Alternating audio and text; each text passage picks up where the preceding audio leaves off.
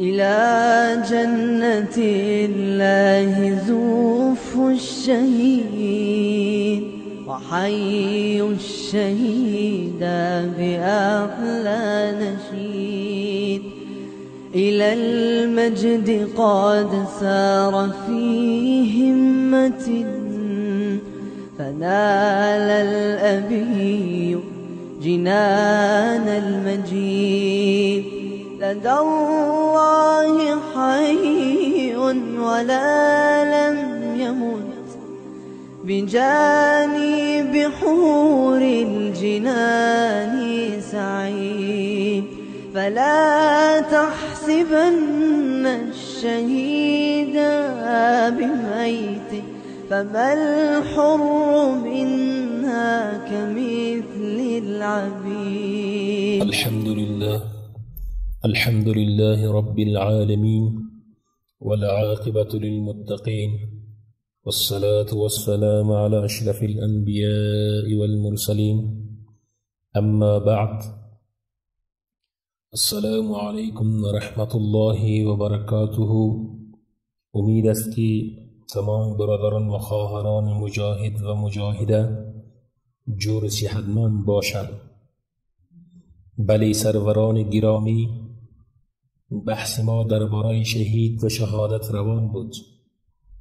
حال می آییم در روشنی قرآن و احادیث رسول الله صلی الله علیه و آله و سلم کشته شدن در راه الله عزوجل را مورد بررسی قرار می دهیم. چنین بندگان و کشته شدگان نزد او سبحانه و تعالی دارای کدام ارزش و مقام هستند؟ بدون شک شهادت تحفه و سعادتی است که از جانب الله جل جلاله برای بندگان خاص او عنایت می شود. این یک مرتبه و سعادتی بزرگی است که اون فقط نصیب کسانی می شود که در ازل برایش نوشته شده باشد. شهادت در راه الله جل جلاله و برای اعلای کلمه توحید در درجه سوم نبوت قرار دارد.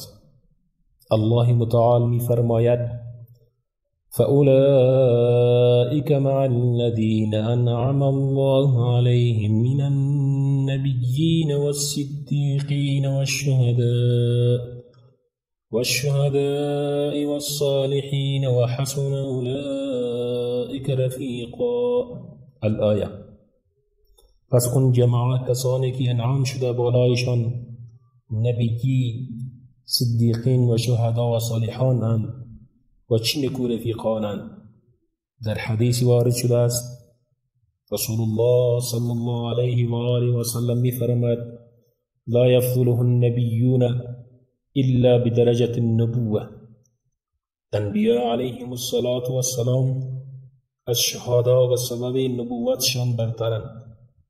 بلی کشته شدگان در راه الله عزوجل را شهید می گویند، نه کشته شدگان غیر این مسیر را که امروز هر که کشته شود نام شهید برایش می دهند.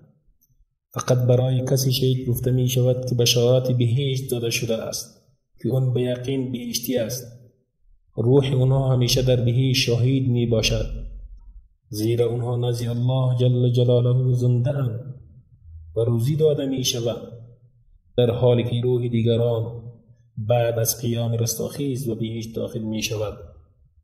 درباره وجه تسمیه شهید، یعنی شهید را چرا شهید می گویند، در این باره علمای کرام اختلاف نظر دارند.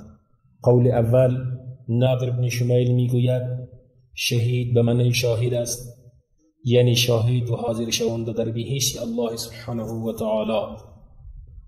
قول و نظر دومی، علامه ابن الانباری می گوید شهید به معنی شاهد است و معنی شاهد حاضر شدنی در بهشت الله سبحانه و تعالی. و قول سومی قول راجح هم همین می باشد. علامه قرطبی می فرماید که شهید به معنی شاهد به معنی حاضر شدنی در بهشت الله سبحانه و تعالی، چنانچه در کتاب خود به نام تذکیر نقل نموده است.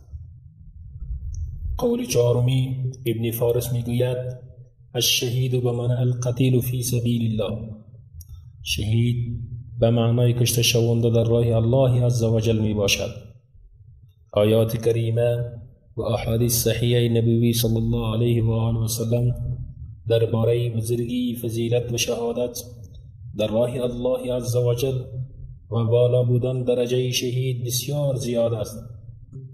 برای همین رسول الله صلی الله علیه و آله و سلم آرزو می کرد که در راه الله عز و جل کشته شود، اون هم نه یک بار بلکه چندین بار. جناب رسول الله صلی الله علیه و آله و سلم می فرماید: والذی نفسی بیده لوددت انی اقتل فی سبیل الله ثم احیا ثم اقتل ثم احیا ثم اقتل.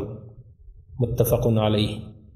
قسم به کسی که جانم در دست اوست، آرزو داشتم که در راه الله جل جلاله پیکار کنم و کشته شوم، باز زنده گردم، سپس دوباره کشته شوم و باز زنده گردم و کشته شوم.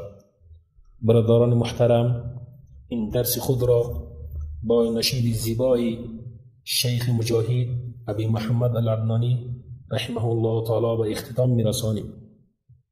برادر مجاهدمان این نشید زیبا را چنین زمزمه می کردند: والقتل فينا ديدن وعلامة عن صدقنا أن الجبان معمر، وإذا تجندل قائد منا على في إثره شحم جواد قصور، لا مات منا سيد بفراشه أو كان في صوح الوغى تتأخر. والقتل للأحرار ليس بصبة، والقتل للأحرار ليس بصبة، ود النبي القتل لو يتكرر. والقتل في ذات الإله كرامة، والقتل في ذات الإله كرامة، إن الشهادة للذنوب تكفر. يا رب فاشدد أزرنا حتى ترى أشلاؤنا لك قربة تتناثر.